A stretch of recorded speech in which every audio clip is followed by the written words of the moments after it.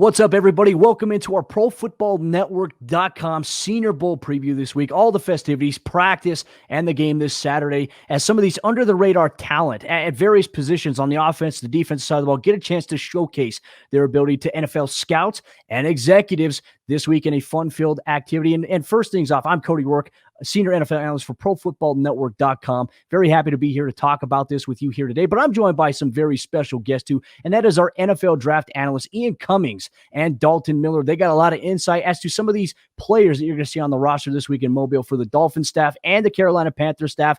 You know, Ian, I'm not going to waste any time. This is a quarterback class this year in the NFL draft that is highlighted by Trevor Lawrence, Justin Fields, Zach Wilson, Trey Lance, but there's some under-the-radar talent here at the Senior Bowl this week that maybe has a chance to escalate themselves into some of the maybe round two, maybe even late round one conversation. Obviously, who are you going to start with this week?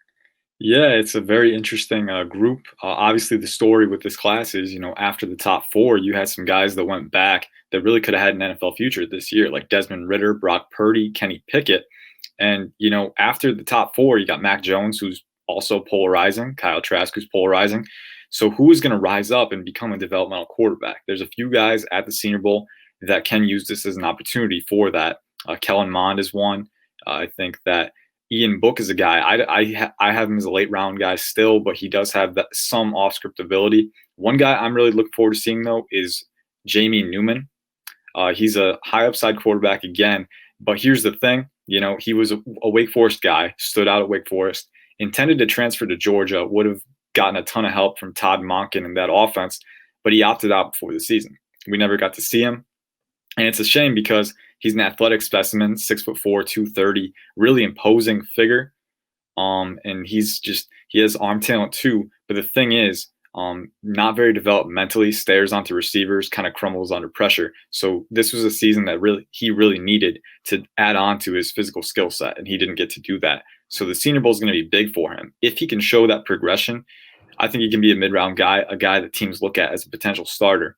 But he needs to clean up a lot of stuff, and it's going to be a big task for him. But he has the physical talent, and that alone is a foundation. You can't take that away. It's there. Can he build off of it? That's the big question. Yeah, and with Newman, I really want to see that progression because he's been working during the offseason with his quarterback coach, Quincy Avery, who, if you spend any time on football and draft Twitter, you will know Quincy. He is very I want to say vocal. I don't mean that in a bad way. He's very upfront and very active on social media. So it'll be fun to see how he looks. Dalton, I want to throw it to you now. Obviously, with all these prospects here, who do you have your eye on this week? Oh, man. I mean, there's a bunch of guys, but I think the one that I'm really excited about is Feleipe Franks. You're looking at a guy who is also a physical specimen, 6'6". He's right around 230 as well. He also has a good arm. He's obviously a transfer from Florida, so we have two transfer guys here. Went to Arkansas, played 9 games. He got right around that 70% completion percentage mark. He was at 68.5. He's got the arm. He was a very good runner at Florida as well. He just needed to clean up his passing ability. He went to Arkansas. He's still playing in the SEC. He had a good senior season. You want to see him build on that in Mobile. And the thing with Feleipe Franks is after Florida got injured, had to transfer because Trask took over the job, a lot of people thought he was dead in the water as a prospect. He took ownership at Arkansas, really impressed people, and kind of rebounded. So can he keep trending up? That's the big thing for him. Like Dalton said, he has all the tools, and there's opportunity because this quarterback class is so thin. Well, that's what I was going to ask you, too. You answered that perfectly. It was a great segue there. But, obviously with some of these quarterback prospects, gentlemen, we know that all the talk is on the 5 guys that I listed previously in terms of maybe the round 1, round 2 discussion. But do you feel like any of these guys, and this could be a quick answer for you, have the ability to maybe close that gap, jump into that conversation a little bit? Because we've seen some of these guys that are not projected to be starters in the NFL. They come in, they impress, and some of them might get that opportunity. Yeah, it all depends on the physical traits. I mean, these guys have it. Mond, no one knows what to think about him, but he has the physical traits.